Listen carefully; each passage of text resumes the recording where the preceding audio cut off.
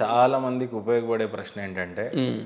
Even అది common people అయినా, మధ్యతరగతి వాళ్ళైనా, బాగా డబ్బులుండి రిచ్‌గా ఉన్న వాళ్ళైనా సరే, బాగా సమస్యలు ఏమైనా ఉన్నాయంటే ఒక ఇంట్లో అప్పే ప్రధానంగా తీసుకొని యెస్. ఉండుంటారు. యెస్. అవును. సో, ఈ అప్పుల బాధ నుంచి వాళ్ళు విముక్తి పొందాలి అనంటే, వచ్చేటువంటి ఈ కొత్త సంవత్సరంలో ఏ రకంగా ఉంటే బావుంటుంది? మీరిచ్చే సలహాలేంటి వాళ్ళకి? ఇప్పుడు ఒకటండి, ఆర్థిక సమస్యలు రావడానికి మన స్వయంకృతం ఉంటుంది. లేదా అమ్మాయి, అబ్బాయి చదువులకు, పెళ్ళిళ్ళకు అప్పు చేసేది ఉంటుంది. లేదా అనారోగ్య సమస్యల ద్వారా అప్పు చేసేది. ఇంకా దీనికి మించి ఉండవు. స్వయంకృతం అంటే వ్యసనాలు. రెండోది పిల్లల చదువులు, పెళ్ళిళ్ళు. మూడోది లైక్ ఇల్లు, గృహం గురించో లేదా ఇంకోటో స్వయంకృతనే ఉంటుంది. స్వయంకృతం కాకుండా ఇంకోటి లైక్ అనారోగ్యాలు వీటి వల్ల జరగచ్చు.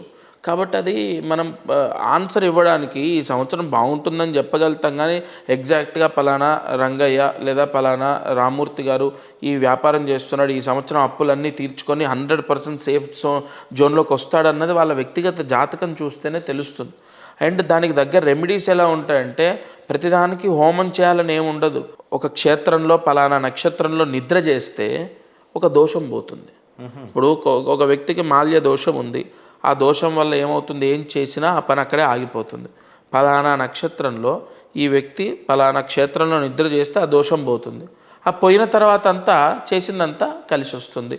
ఇక్కడ కలిసి రావడానికి ఆ వ్యక్తి ఏం మారడు, కానీ ఇక్కడ మీరు ఈ పాయింట్ చాలా బలంగా గుర్తుపెట్టుకోవాలి. మనకు దైవ బలం ఉండి మనం చేసుకునే పూజలన్నీ ఎలా మనల్ని కాపాడుతాయంటే, మనకు కలిసేవాడు, ఎదురొచ్చేవాడు ఖచ్చితంగా 100% మనకు వాడికి రుణం ఉండే వ్యక్తిని గ్రహస్థితి మన దగ్గర తీసుకొస్తుంది.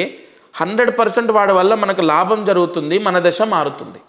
అంటే ఇక్కడ ఏ విషయం చెప్పాలంటే, ఈ ఆర్థిక సమస్యలు పోవాలి అంటే వాళ్ళ వ్యక్తిగత జాతకంలో యోగాన్ని మనం యాక్టివేట్ అయ్యేటట్టు చేయాలి. ఇందాక మీరు అన్నట్టు క్షేత్రంలో పడుకున్నా కూడా నిద్ర చేస్తే కొన్ని దోషాలు పోతాయి. అప్పుడు ఏమవుతుందంటే, తెల్లారి నుంచి ఇతను చేసే పని ఇతను చేస్తుంటాడు. మరి మేము ఇంట్లో పొద్దున్న లేచినే బాగా పూజలు చేస్తున్నాం, దేవుడితోనే బాగున్నాము అనుకునే వాళ్ళు ఉంటారు. కానీ ఇక్కడ క్షేత్రం అనేది నిజంగా మీరు అన్నట్టు, ఇప్పుడు వెంకటేశ్వర స్వామి ఉన్నారు, మీ స్టూడియో పక్కన ఉన్నారు, తిరుపతిలో ఉన్నారు. తేడా ఏముంది? అదే మంత్రాలు, అదే పూజ, అదే సుప్రభాతం. కానీ స్థాన బలం, యంత్ర బలం, అక్కడ తపస్సు ధారబోసారు ఋషులు. అక్కడికి వెళ్ళి ఏది కోరుకున్నా, అక్కడ అడుగుపెట్టి ఏది మనము అర్పించినా అది 10 మనకు రిటర్న్ వస్తుంది. అలాంటివి ఉంటాయి రహస్యాలు. అంతెందుకు, ఇప్పుడు మీరు చూడండి, ఇప్పుడు నిద్ర చేసి వచ్చాక వాడికి ఎలా కలిసి వస్తుందంటే, ఆటోమేటిక్గా వాడి పని వాడు చేసుకుంటాడు. ఎవరో ఫోన్ చేస్తారు, అన్న మీ వెహికల్స్ మా కంపెనీలో పెట్టాలనుకుంటున్నాము, మరి అవకాశం ఉందా? సడన్గా మా వాళ్ళకు పెట్టిన అతను వాళ్ళ ఫాదర్ చనిపోయింది, వాడు అన్న అమ్మేసి వెళ్ళిపోతుండంట అని కాల్ వస్తాయి. ఇది జరిగినదే చెప్తున్నా. అంటే యాదయ్య అని చెప్పేసి అతనికి ఉన్నాయి, డీసీఎంలు ఉన్నాయి, అండ్ ఇవి వాటిని ఏమంటారు, జేసీపీలు ఉన్నాయి. టోటల్ మైనస్లోకి వెళ్ళిపోతే, నేను ఒక అతని జాతకం time of birth, date of birth కరెక్ట్గా లేకపోతే ఆధార్ కార్డు తీస్తుంటే అది చెల్లదని వేలిముద్రలు, నేను నాడీ కోర్స్ చేశాను, ఆ వేలిముద్రల ఆధారంగా కొన్ని లక్ష్మీ యోగ చక్రాల ద్వారా నేను అతనికి ఒక పలానా నక్షత్రంలో నిద్ర చేయని చెప్పాను. ఆయన జీవితంలో జరిగిందే మీకు ఇక్కడ అప్లై చేశాను.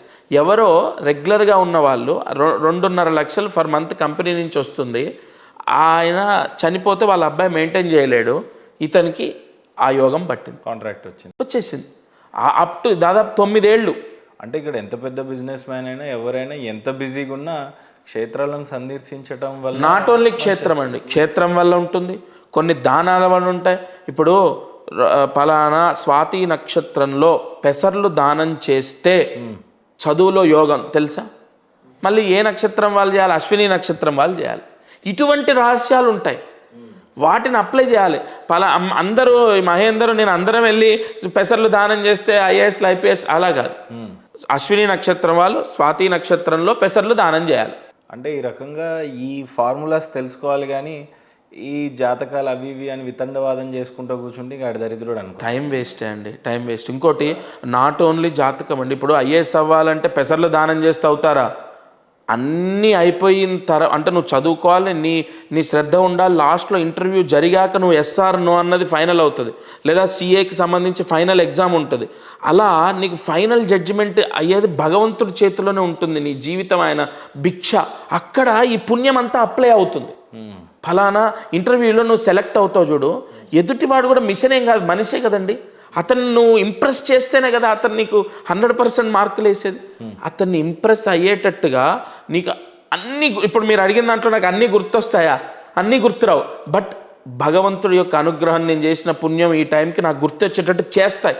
అప్పుడు అవి ఇంటర్వ్యూలో మనం అప్లై చేస్తాం, పాస్ అయిపోతాం. అయితే ఇప్పుడు ఫైనల్గా అప్పు బాధలో ఉన్న వాళ్ళకి చేయాలనుకున్నటువంటి విషయాలు ఇంకా హైలైట్గా చెప్పాలంటే ఏం చెప్తారు? హైలైట్స్ టక్ ఒకటే అండి, ఆర్థిక సమస్యలు పోవాలి, అప్పులు పోవాలన్నా, ఉద్యోగాలు రావాలన్నా, లైఫ్ సెట్ అవ్వాలి ఇక్కడ కానీ విదేశాల్లో కానీ అంటే వాళ్ళ వ్యక్తిగత జాతకంలో యోగం ఎంత స్థాయిలో ఉంది, ఆ యోగాన్ని యాక్టివేట్ చేయాలి మనం. ఓకే, అది మెయిన్. ఇదేదో కమర్షియల్ ఆస్పెక్ట్లో లేదో స్వలాభం కోసం చెప్పట్లేదు. 100% అలా వాళ్ళ జీవితాలు సక్సెస్ అయిన వాళ్ళు ఉన్నారు, వాళ్ళ జీవితాల్లో ఎంతో యోగాలు పొందుతున్న వాళ్ళు ఉన్నారు. బికాజ్ ఆఫ్ వాళ్ళకు ఇగో సరైన గైడెన్స్. వాళ్ళు యోగ పురుషులే, బట్ నువ్వు ఈ దారి కాదు, ఇది ఎంచుకొని దశ మారుతుంది అంటే. ఇన్ని విషయాలు ఓపెన్గా చెప్పారు కదా గురుగారు. ఒక విషయం మిమ్మల్ని పర్సనల్గా అడగనివ్వండి. ఇప్పుడు ఒక అడ్మినిస్ట్రేటర్ కూర్చొని ఉంటాడు, ఒక డాక్టర్ దగ్గరకో ఎవరికో, డాక్టర్నే తీసుకోండి. ప్రధానంగా ఒక గైనిక్ అడిగితే ఏ రకమైన సమస్యల గురించి ఎక్కువగా వస్తున్నారని చూస్తే ఫైబ్రాయిడో ఏదో అని చెప్తారు. ఓకే, అట్లా మీ కెరియర్లో మీరు చూస్తున్నటువంటి విషయాల్లో ఎక్కువగా ఏ సమస్యతో మిమ్మల్ని అప్రోచ్ అవుతా ఉన్నారు? అలా ఏమి ఉండదండి, ఎందుకంటే నాకు నెంబర్ ఆఫ్ బుకింగ్స్ ఉంటాయి. దాంట్లో నేను చెప్తాను మనుషులు సఫర్ అవుతున్నట్టుగా ఫినాన్షియల్ ఎక్కువ ఎవరికైనా అండి, నాకే కాదు ఎవరికైనా వచ్చేవి 4 ఎక్కువ. ఒకటి ఆర్థిక సమస్యలు, అప్పులు. రెండోది పెళ్ళిళ్ళు అవ్వాలి. మూడోది చదువులు, ఉద్యోగాలు. ఆరోగ్యం గురించి లాస్ట్కి అడుగుతారు, ఎందుకంటే ఆరోగ్యం అన్న నొప్పి కన్నా పక్కనుండే ఈ బాధలు ఎక్కువ పబ్లిక్కి. మానసిక బాధలే. అబ్బాయి చెడిపోయాడని, సరిగా చెడు అలవాట్లని, ఆర్థిక సమస్యలు, ఉద్యోగాలు, పెళ్ళి, వివాహం అవ్వడం కూడా ఒక వరం తెలుసా? వివాహం గురించి నెంబర్ ఆఫ్ చార్ట్స్ నేను వేశాను. పెళ్ళి సమస్య చాలా ఉంది బయట పబ్లిక్లో. సరే, లక్ష్మీకాంత్ శర్మ గారి యొక్క సక్సెస్ రేట్ ఎంత అంటే మరి వీళ్ళైతే అప్రోచ్ అవుతున్నారు, బాగానే ఉంది సార్. అది మనస్ఫూర్తిగా చెప్పండి. అదే నేను చెప్తాను, అది నేను ఎలా చెప్పగలుగుతాను అంటాను. మనస్ఫూర్తిగా అంటే మీరు ఇంత ఇప్పుడు నాకైతే కంప్లైంట్స్ ఏం లేవు. Point number 1. 1 కంప్లైంట్ లేదు అని అబద్ధం చెప్పను. 1 కంప్లైంట్ ఉన్నా అది ఎందుకు డిలే అయిందని రీకరెక్షన్ చేస్తూనే ఉన్నాను. నాకు తెలిసి నా ప్రయాణంలో నేను 70 నుంచి 80% సక్సెస్ అయ్యానని నేను అనుకుంటున్నాను. ఓకే, వచ్చేటువంటి వాళ్ళకి అంత న్యాయం అయితే న్యాయం 100% చేస్తున్నా. బట్ వాళ్ళ పుణ్యపాపాలు కూడా ఉంటాయి కదా. దట్స్ వై నేను చేసే 100% 70 నుంచి 80 మందికి అయితే సక్సెస్ అవుతుంది. ఎలా మిమ్మల్ని నమ్మొచ్చు అని అంటే, ఇప్పుడు ప్రతి వ్యక్తికి ఒక ఐడియాలజీ ఉంటుందండి, ఒక అవగాహన ఉంటుంది. ఇప్పుడు ఇంత మాట్లాడాం కదా, మీకు కూడా ఒక భావన వస్తుంది. ఎదుటి బిఫోర్ ఇంటర్వ్యూ, ఆఫ్టర్ ఇంటర్వ్యూ భావన వస్తుంది. ఇక్కడ అత్యంత క్వశ్చన్ చేసే వ్యక్తినే నేను ఇంప్రెస్ చేస్తే నన్ను నమ్మొచ్చండి. ఎందుకంటే మీరేంటి, మీ ఆలోచన ఏంటి, మీరు దేవుణ్ణి ఎంత నమ్ముతారు నాకు తెలుసు. అటువంటిది మీరు నమ్మి ఒక అడుగు ముందుకేసి ఓకే ఎస్ ఇవి చెప్పేవి అన్నీ వినసొంపుగా ఉన్నాయి అని మీరు నమ్మారనుకోండి, ఖచ్చితంగా నమ్మొచ్చని నేను అనుకుంటాను. ఈ క్వశ్చన్ యాక్చువల్లీ ఒక ఉపాధ్యాయుడు ఉండేటువంటి కానీ లేకపోతే గురువుగారి స్థానంలో ఉన్న వాళ్ళని నాలాంటి అల్పుడు అడిగే క్వశ్చనే కాదు. బట్ నేను అడుగుతున్న క్వశ్చన్ ఏంటంటే, ఆధ్యాత్మికంగా మీ జీవితం ఎంత బాగుంది, ఎక్కడున్నారు మీరు అని ఎవడన్నా క్వశ్చన్ చేసుకున్నారా? ఎస్ ఆధ్యాత్మికముగా నేను 100% హ్యాపీగా ఉన్నాను. 100%. ఎందుకంటే మీరు కానీ, ఆ కెమెరామ్యాన్ కానీ, ఇక్కడ కాఫీ ఇచ్చిన పర్సన్ కానీ, ఎవరైనా 30 years, 40 years, 50 years, 60 ఎక్కడో ఒక దగ్గర మళ్ళీ నా స్కూల్లోకి రావాలి మీరందరూ. 100% అండి. మీరు చూడండి, ఆధ్యాత్మికంగా ఖచ్చితంగా లాస్ట్కి మీరు ఎందుకంటే రిటైర్డ్ అయిన పీపుల్ ఎందుకు చార్ధామ్ యాత్రలు, ఆ యాత్ర ఎందుకు తిరుగుతారంటే అన్ని జీవితంలో అనుభవించారు వాళ్ళు. పర్మనెంట్ భగవంతుడే అన్నది వాళ్ళు గ్రహించారు. ఖాళీగుండి పెన్షన్ వస్తుంది, యాత్రలు తిరగడం కాదు వాళ్ళ భావన.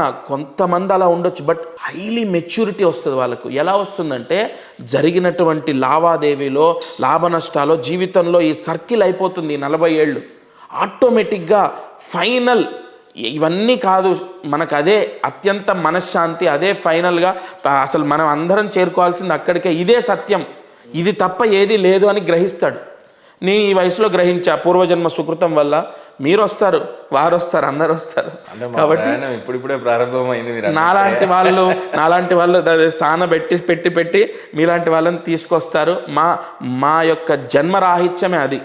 గుర్తుపెట్టుకోండి, నా జాతకంలో గురుకేతుల కలయిక. నా పని ఏంటి? ఎప్పుడు అందరినీ ఆధ్యాత్మికం వైపు నడిపించడమే నా పని. కాబట్టి నేను 100% అందులో ఉన్నాను, 100% హ్యాపీగా ఉన్నాను. ఆధ్యాత్మికంగా ఈ రకమైన ప్రశ్న అయితే వాస్తవంగా కూడా జాతకం పట్ల ఉన్న ఇంపార్టెంట్ వల్ల దరిద్రుడు కూడా మారుతాడు అని శాస్త్రాలు చెప్తున్నప్పటికీ చాలామంది జాతకం వైపు నమ్మకుండా రాకుండా యోగాలు ఉన్నాయా, కష్టాలు ఉన్నాయి, కష్టాల నుంచి విముక్తులు ఉన్నాయి, దానికి ఫలాలు ఉన్నాయి అని చెప్తున్నప్పటికీ శాస్త్రాలు చాలామంది దూరంగానే ఉన్నారు, హిందువులై ఉండి. కానీ ఇంట్లో పూజలు బాగానే చేస్తారు, కానీ జాతకాన్ని నమ్మరు. ఇలాంటి వాళ్ళకి మీరు ఏం చెప్తారు? అసలు ఈ ప్రశ్న రాంగ్ అంటాను. ఎందుకంటే జాతకాలు నమ్మకపోతే లక్షల మిలియన్స్ వ్యూస్ జాతకాలకి రావు ఫస్ట్ ఆఫ్ ఆల్. రెండోది, జాతకాలు నమ్మని వాడు ఒక రాయేస్తాడు. కాబట్టి అప్పుడు ఏమవుతుందంటే నమ్మే 100 మంది కనపడరు, నమ్మని ఒక కామెంట్ అనేదే కనపడుతుంది. ఇప్పుడు 100 మంది నాకు దండం పెట్టి ఒకడు ఏదో ఒక పెద్ద గొడ్డలు తీసుకొని ఇట్లా నరుకుతున్నట్టు ఒక ఇమేజ్ పంపాడు అనుకోండి, అదే హైలైట్ అవుతుంది. పాయింట్ నెంబర్ 1, జ్యోతిష్యాన్ని, గ్రహాలని, జాతకాలని, దేవుణ్ణి నమ్మేటటువంటి సంఖ్య దాటిపోయింది, కోట్లు దాటిపోయిందండి. లేకపోతే ఇంటర్వ్యూస్ ఉండవు. ఇప్పుడు ఇవాళ మన తెలుగు రాష్ట్రాల్లో యూట్యూబ్ ఛానల్స్లో డివోషనల్ ఛానల్స్ విపరీతంగా ఉన్నాయి. ఉగాది రాశి ఫలాలు వెళ్ళిన వ్యూస్ ఏవిఎల్లో మీరు ఎనీ బ్రేకింగ్ న్యూస్ తీసుకోండి, ఏంటి నమ్మకాలు ఉన్నాయి, బట్ నమ్మని వాళ్ళే ఎక్కువగా మీకు అక్కడ. ఎందుకంటే థంబ్లైన్ మీరు ఈ పూజ చేసుకోండి మీకు పాపం ఆయనకి ఏం చేసినా ఎందుకో జ్యోతిష్యం వైపు కొంత నమ్మశక్యం కాని విధంగానే ఉండే వాళ్ళకి మీరు ఏం చెప్తారంటే? ఏం చెప్తాను, వదిలేస్తాను. ఎందుకు చెప్తాం? అతన్ని మార్చాల్సిన అవసరం మనకేంటండి? ఏదో ఒక ఇన్సిడెంట్ ద్వారా మారుతాడు, లైఫ్ లాంగ్ మారే యోగం లేదనుకో మారడు. Simple answer. ఇప్పుడు అసలు జ్యోతిష్యాన్నో దేవుణ్ణో నమ్మని నాస్తికుణ్ణి నేను ఎందుకు పట్టించుకోవాలంట? అవసరమే లేదు. కానీ హిందువు గుండి దేవి దేవతలను నమ్ముతూ ఆలయాలను సందర్శిస్తూ నిత్యం చేస్తూ జ్యోతిష్యాన్ని నమ్మడంటారు. నమ్మకపోని సార్ అలాంటి వాళ్ళు మనం ఏం చెప్పము. ఎందుకు చెప్పాలి? ఇది అలా చెప్పి అతన్ని గుంజుకొచ్చినా మాకేం ప్రయోజనం? బాగా చెప్పారు. చాలా మంది ఏం చెప్తారంటే ఆయన ఏదో మసిపోయాలి, మారేడుకాయ అవసరం లేదు, నమ్మించాలి అన్నట్టు. దానివల్ల మనకి ఏ మాత్రం ఇంకో గంట టైం వేస్ట్ అంతే. నమ్మే వాళ్ళని బలవంతుల్ని చెయ్యడం నా వే ఆఫ్ స్టైల్. నమ్మేవాడిని వాడి బలం దేవుడు గ్రహాలు అనుకున్నప్పుడు ఎస్ అవునరా నువ్వు కరెక్ట్ పాయింట్కి వచ్చావు, ఆల్మోస్ట్ దగ్గరికి వచ్చావు, నువ్వు 100% ఈ విధంగా వెళ్ళు, నువ్వు రీచ్ అవుతావు, గ్యారంటీ ఆ భగవంతుడు నిన్ను వరిస్తాడు అనే ఆ అంత ఆత్రనాదంతో మనసులోంచి మన మాట వస్తే ఏ వ్యక్తి అయినా సరే 100% గమ్యాన్ని చేరుకుంటాడు. సరే, ఇంకా చాలా కామన్ ప్రశ్ననే కానీ మీరు సమాధానం ఏ రకంగా చెప్తారో చూడాలి. రాసిన రాత ఏ రకంగానూ కూడా మార్చడానికి లేదు అని అంటారు.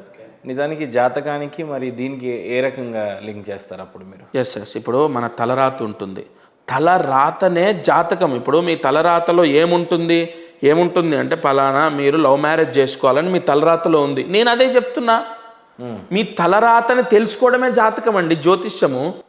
ఇక్కడ మీరు రాసిన రాత మారదు, మీరు చేసే పూజన వల్ల మాకేంటి లాభము అనే పాయింటా మీరు అడిగేది? అది కూడా తెలివిగల వాళ్ళే. అలా కాదు సార్ నేను అనేది. అంతే కదా అర్థం. ఓకే, ఎస్, ఆ పాయింట్ కూడా ఆన్సర్ ఉంది. ఇప్పుడు మీ తలరాతలో ఉన్నటువంటి యోగ అవయోగాన్ని ప్రిడిక్ట్ చేస్తున్నాం. ఇప్పుడు పలానా మీకు మీ రాతలో మీరు పలానా ఒక 100 కోట్లు సంపాదించాలని ఉందండి. ఆ 100 కోట్లు మీకు ఎలా వస్తాయో చూపిస్తుంది కదా జ్యోతిష్యం. పండ్లు అమ్ముకొని 100 కోట్లు సంపాదించారు తెలుసా? సౌత్ మొత్తం ఫ్రూట్లు దాన్ని ఏమంటారు సప్లై చేసేది అతనే. ఆ వేని ఎవరు చెప్పారండి? ఆ వేని ఎవరు చెప్పారు? ఆయనకు ఒక గురువో లేదంటే ఎవరో ఆస్ట్రాలజర్ లేదు నువ్వు మట్టి కాదు బంగారం అమ్ముకో నీ లైఫ్ మారుతుందంటే గోల్డ్ షాప్లో లక్షల కోట్లు సంపాదిస్తున్న వాళ్ళు ఉన్నారు. నాట్ లక్షలాది రూపాయలు సంపాదిస్తున్న వాళ్ళు ఉన్నారు. కాబట్టి నీ తలరాత మారుతుందా మారదా, మా నమ్మకం ఏంటి, భగవంతుడి యొక్క అనుగ్రహం మన కర్మని సైతం జయిస్తుంది అన్నది మా నమ్మకం. పురాణాలు కూడా అవే చెప్తున్నాయి. పురాణాలు ఎందుకు చెప్పట్లే, మార్కండేయుడు పురాణం తీసుకోండి, భక్త కన్నం, ఇలా రకరకాల పురాణాల్లో భగవంతుడు రక్షిస్తున్నాడు. అలాగే నీ తలరాతను ఎందుకు మార్చడండి, ఇక్కడ ఉంది కదా, అదొకటి పాయింట్. రెండోది, సరే ఆ పాయింట్కి కూడా మీరు వాదనకు వస్తే నేను కూడా దాన్ని ఆమోదించి నేనేమంటాను, ఎస్ మహేందర్కి లవ్ మ్యారేజ్ కాదు, మహేందర్కి ఒక పెద్ద ఇల్లు కట్టుకునే యోగం ఉంది, అది ఎలా కట్టాలి, ఏ డైరెక్షన్లో కట్టాలి అన్నది మేము చూపిస్తున్నాం కదా. ఎక్కడైనా ఇక్కడ జ్యోతిష్యం ఫలించింది. వీటన్నిటికన్నా అసలు బలమైన ఆన్సర్ ఖచ్చితంగా భగవంతుడు నీ దారిద్ర్యాన్ని విముక్తి చేస్తాడు అన్నది సత్యం. చాలామంది మంచి ఇల్లు కట్టుకుంటారు, ఓకే, కట్టుకున్నప్పుడు ఒక పండితుడు చెప్తాడు, లేదా చెప్పడు, కట్టేస్తాడు బిజినెస్ మ్యాన్ పాపం. అదేమో చాలా కాస్ట్లీ ఇల్లు. ఓకే, మీరు వెళ్ళి ఇది కూల్చండి అది కూల్చండి అని చెప్పాలా, ఓకే, లేకపోతే ఉన్న దాంట్లో పూజలు చేస్తే సరిపోతుంది అంటారా, లేదంటే డైరెక్షనే మార్చాలా? చాలాసార్లు ఇల్లు కట్టుకుంటాడు, చాలా అందంగానే ఉంటుంది, అవును, కానీ డైరెక్షన్స్ వల్ల ఆయనకి ఏమైనా ప్రాబ్లం, అది నిజమేనా, ఉంటుందా అట్లా? లేదు ఆల్రెడీ కట్టేసిన ఇల్లు ఏ డైరెక్షన్స్ చేయకుండా ఏమైనా పూజలు హోమాలు చేయాలన్నా, డైరెక్షనే చేంజ్ చేయాలా ఖచ్చితంగా, లేదా పూజలు చేస్తే సరిపోతుందా? ఏం సూచిస్తారు మీరు? కొట్టడం, విరగొట్టడం లాంటివి చెప్తారా? వాస్తు శాస్త్రం అనేది ఒక పాజిటివ్ ఎనర్జీని ఇస్తుంది, వాస్తు బలం పాజిటివ్ ఎనర్జీని ఇస్తుంది. రెండోది, ఫలానా కూల్చేయాలి, ఫలానాది తీసేయాలని ఎందుకు చెప్తారంటే, ఇంటికి వెళ్ళగానే అంటే రకరకాల వాళ్ళు ఉంటారు, నేను ఒక్కొక్కటి చెప్పుకుంటూ వస్తున్నాను. ఇంటికి వెళ్ళగానే అతను హైలైట్ అవ్వాలంటే ఏదో ఒకటి చెప్పాలి, చెప్తే హైలైట్ అవుతాడని ఒకళ్ళు. ఇంకొకటి ఏంటంటే, వాస్తు శాస్త్రం విరుద్ధంగా ఉంది ఇల్లు అని చెప్పి ఖచ్చితంగా ఇది తీసేయాలని చెప్పి ఒకళ్ళు, అంటే అటు సైడ్ ఉంటే ఇటు పెట్టాలని చెప్పి మళ్ళీ అటు పెట్టమని చెప్పేది ఒకళ్ళు. అసలు అన్నిటికన్నా ముఖ్యంగా కట్టిన ఇంటిని సాధ్యమైనంత వరకు సింపుల్ రెమెడీస్తో మార్చే ప్రయత్నం చేయాలి. మెయిన్ వాస్తు ఏంటి, బేసిక్ అంటే మనకు చిన్న పట్టించుకోవద్దు. ఇప్పుడు ఈ చూలు ఇక్కడ ఉండొద్దు, లేదంటే ఆ కుర్చీ అక్కడ ఉండొద్దు, అవి కాదు. మెయిన్ ఇక్కడ ఏంటంటే ఆగ్నేయం మనకు ఆహారం, ఆరోగ్యం, నైరుతి మన డబ్బు, ధనము లేదా స్టేటస్, లేదా వాయవ్యం మన చదువు, పిల్లలు, లేదా ఈశాన్యం పూజ, భక్తి. ఈ వీటిని మెయిన్గా ఆధారంగా తీసుకోవాలి మనం. అంతేగాని బాత్రూంలో కూర్చునే బేసిన్ ఈ డైరెక్షన్లో ఉండాలి, లేదంటే మీరు అన్నట్టు గేట్, అలా కొన్నిటిని మనం సాధ్యమైనంత వరకు సింపుల్ రెమెడీస్తో వదిలేయాలి. అది గురుగారు, ఇల్లు డైరెక్షన్ని బట్టి ఇంటి యజమానికి సమస్యలు తలెత్తుతాయి, ఇవన్నీ నిజమా? ఇక్కడ పాయింట్కి వస్తే, ఇంటి డైరెక్షన్ని బట్టి పూర్తిగా అతను యోగము లేదంటే మైనస్లోకి వెళ్ళడం అనేది 100% ఉండదు. 100% ఉండదు. ఇక్కడ దాని యొక్క ప్రభావము 25% వర్తిస్తుంది. రెండోది, ఏదైనా మైనస్ జరిగిందనుకోండి, నువ్వు ఇంగురం పెట్టుకోబట్టే నీకు మైనస్ జరిగిందని ఫస్ట్ ఒక రాయేస్తారు. ఎందుకంటే వాడికి బట్టతల లేదు, లేదంటే వాడు బాగున్నాడు, లేదంటే వాడికి డబ్బు ఉంది, లేదంటే వాడు చేసిన దగ్గర ఏమీ తప్పు చేయలేదు, కానీ మైనస్ జరగడానికి కారణం ఏదో ఒకటి చూపించాలి, లేదా మనం అనుకోవాలి. కాబట్టి ఇంటి వల్ల నీ కారు యాక్సిడెంట్ అయింది, ఎక్కడో హైవేలో పోతుంటావు, ప్రధానంగా ఆయన బిజినెస్ లాస్ అయింది అంటుంటారు, లేదంటే బాగుపడ్డారు. కాబట్టి ఇక్కడ ఇంటికి సంబంధించి ప్రశాంతత, నువ్వు చిరాగ్గా ఉంటావా, కోపంగా పని వాళ్ళతో చేపిస్తావా, అరుచుతూ నువ్వు వ్యాపారం చేపిస్తావా, ప్రశాంతంగా చేపిస్తావా అన్నదే ఉంటుంది. ఇంట్లో నీకు బేసిక్ ఏముంటుంది, కంటి నిండా నిద్ర, ప్రశాంతంగా ఉండడం, ఇవి క్లియర్గా వాస్తుకి సంబంధించి హైలీ పూర్తిగా ఎఫెక్ట్ పడిపోయి నువ్వు కూడుకపోవడం అనేది ఉండదు, కన్ఫామ్ ఉండదు. బేసిక్ వాస్తు ఫాలో అవ్వాలి, అది మాత్రం ముఖ్యం. ఇంటికి ఎన్ని కిటికీలు ఉండాలి, ఎన్ని డోర్లు ఉండాలి, ఇవి కొన్ని బేసిక్ ఉన్నాయి, వాటిని ఫాలో అవ్వాలి తప్ప ప్రతి ఒక్కటి ఈ టీపా ఎక్కడ పెట్టాలి అవి మూర్ఖత్వం అంటారు దాన్ని. కానీ ఈ మధ్యకాలంలో నేను చూసింది ఏంటంటే, ఇల్లు కట్టిన తర్వాత సక్సెస్ అయితే ఇల్లు వల్లనే అయినట్టు, ఇల్లు కట్టిన తర్వాత బిజినెస్లో లాస్ అయితే చూసావా ఈ డోర్ ఇటుపక్క ఉంది కాబట్టి లాస్ అయినావు అన్నట్టు. అదే లేదు, ఈయనకు అనారోగ్యం పాలయ్యాడంటే నీకు ఆ ఫలానా డోర్ అట్లుంది ఉంటుంది 100% ఇంటి వల్ల. నేను చెప్పా కదా 25% ఉంటుంది. కొంతమందికి ఆ దశ, ఇప్పుడు కొంతమందికి బ్యాడ్ టైము, ఇల్లు కట్టే టైము ఎట్ ఏ టైం వస్తాయి. ఇల్లు ఆటోమేటిక్గా అప్పులు చేసి కడతాడు, ఇక్కడ మీరు చూడండి, ఇది బాగా గమనించండి. ఈ బ్యాడ్ టైం రావాలంటే వీడు అప్పుల్లో కూడుకోపోవాలి. వీడు ఏం చేస్తాడు, అప్పు ఇచ్చేవాడు దొరికితే మనం ఎందుకు తీసుకుంటాడు. ఒక 70 లక్షలు అప్పు చేసి ఇల్లు కడతాడు. ఇల్లు కట్టిన తర్వాత ఎలా తీర్చాలి అనే ఆలోచన కొంత ఉంటుంది, కానీ తారుమారైతే ఎలా అన్న ఆలోచన ఎవరికీ ఉండదు. అప్పుడు ఏమవుతుందంటే ఈ ఎప్పుడో 2025లో రావాల్సిన బ్యాడ్ టైంకి పునాది ఎక్కడ పడుతుంది, 24లో పడుతుంది. భూమి పూజ చేస్తాడు, ఇల్లు కడతాడు, 70 లక్షలు అప్పు తెస్తాడు, కడతాడు. అయిపోతుందా? ఈ బ్యాడ్ టైము రావడము ఎగ్జాక్ట్గా ఇల్లు పూర్తయి గృహప్రవేశమై లోపల పోవడం జరుగుతుంది. అది జరిగిన తర్వాత ఈ 70 లక్షలు సడన్గా ఇచ్చినవాడు వాడేదో ఇబ్బంది అయ్యో ఏదో జరిగి ఇతను బ్యాడ్ టైం వల్ల నాకు కావాలి అని చెప్పి ఒక ఫోన్ చేస్తాడు. ఇతనికి అప్పటి నుంచి స్టార్ట్ అవుతుంది. ఇక్కడ ఉన్న అప్పులు, రెగ్యులర్ ఖర్చులు, ఈ అప్పు తీర్చడం, ఇవన్నీ అయ్యేసరికి ఏమవుతుందంటే ఇంట్లోకి వచ్చాకే మనకు కలిసి రావట్లేదు అనేటటువంటి ఒక ఆలోచనలోకి వెళ్ళిపోతాం. దానికి టైం కూడా ప్రధాన. 75% మన జాతకంలో ఉంటే 25% ఇంటిది ఉంటుంది, కన్ఫామ్ ఉంటుంది, వాస్తు ప్రభావం ఉంటుంది. బట్ పూర్తిగా గుడ్డిగా వెళ్ళకూడదు. బట్ టైం మాత్రం పూర్తిగా 75% మనిషి పైన ప్రభావం చూపిస్తుంది. మీరు క్వశ్చన్ చేయడం కూడా మీ జాతకంలో లగ్నంలో లగ్నాధిపతి వక్రించడమో, లగ్నము 2 పాపగ్రహాల మధ్యలో పడడమో ఉంటుంది. మీ జాతకమే చెప్తున్నాను నేను. అలా మీకు ప్రతిదీ ఫస్ట్ ఏం చేస్తారంటే ప్రాక్టికల్గా ప్రూవ్ అయితేనే మీరు నమ్ముతారు. ఆ జాతక ప్రభావమే మనిషి పైన ఎక్కువ ఉంటుంది. ఇంటి వాస్తు బలం కూడా 25% తీసుకోవాలి.